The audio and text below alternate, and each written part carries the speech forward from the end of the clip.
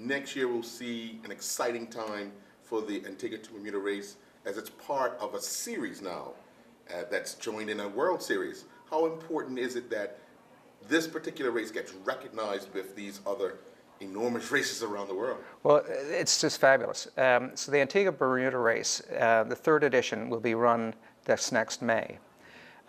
We have, for the first time, been included in the Atlantic Ocean Racing Series. And this is a very prestigious collection of races.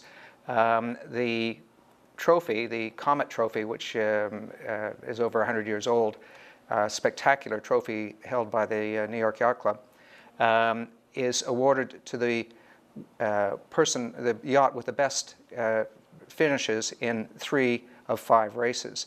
And the 5 races are the Caribbean 600, which is a race that's established about 10 years ago and has become a very popular race, particularly with European yachtsmen. Then the Antigua Bermuda race, then the Transatlantic race, which is a race that's run every 4 years, and will race from Newport to the UK. Then the 4th race is the Fastnet race, which was modeled after the original Newport Bermuda race. And then the 5th race is the Middle Sea race. The Middle Sea race just concluded yesterday. And so of those 5 races, the best performance in your top 3 of those races will lead to the prize. And including us makes it very attractive for people doing the whole series to focus on our race. Obviously your opportunities are increased if you're in all 5 races, and it's a big deal for us. The Antigua to Bermuda race is becoming quite popular of late.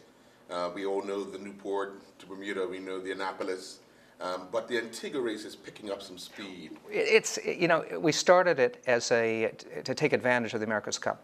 Mm-hmm. We knew that there were a number of boats in the Caribbean that would want to come up to Bermuda to watch the America's Cup. So that was the first race in 2017. So the acid test was this year when we didn't have an America's Cup draw. And we ended up with 14 boats versus the 21 boats we'd had the first year. The 3rd year, next year, we already have a dozen boats who have expressed an interest in joining us. The Warrior, who's you see modeled in this trophy here, has been very keen on the race. We have a number of boats that see this race as a unique opportunity. It's the longest race in the Western Atlantic. It's warm water, beautiful sailing, trade wind sailing for the first 2/3 of the race.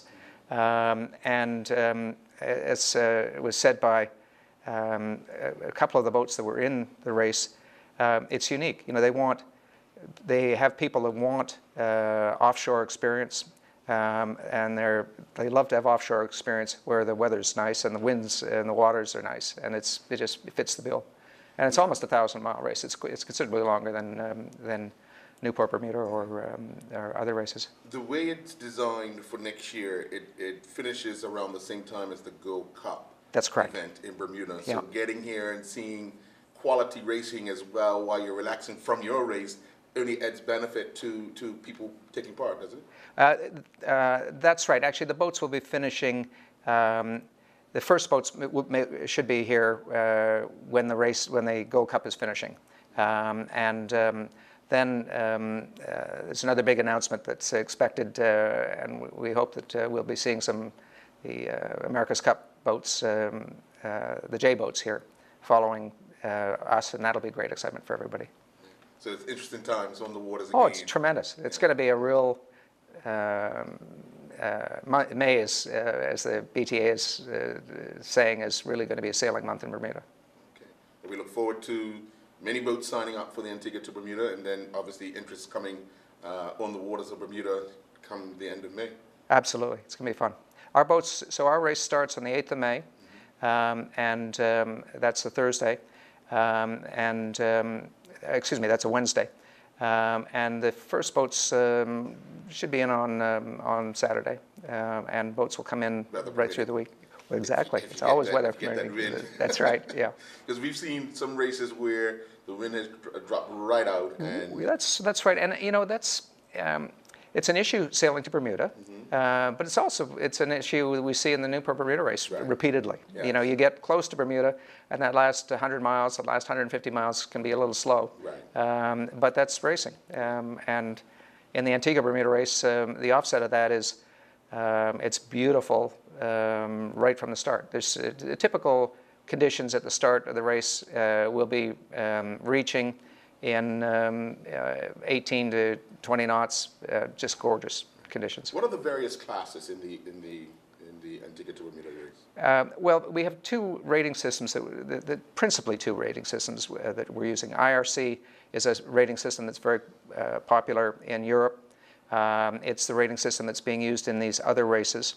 We also allow boats to be raced under the Caribbean Sailing Association rating. And that's a more forgiving rating, an easier rating to obtain. As in any race, you're trying to be inclusive. You're trying to give the really keen, sharp racers the most professional opportunity, but you also want to have room for the other guys. And typically, most of the boats will be dual scored, so they can compete under both ratings. Okay. Works pretty well.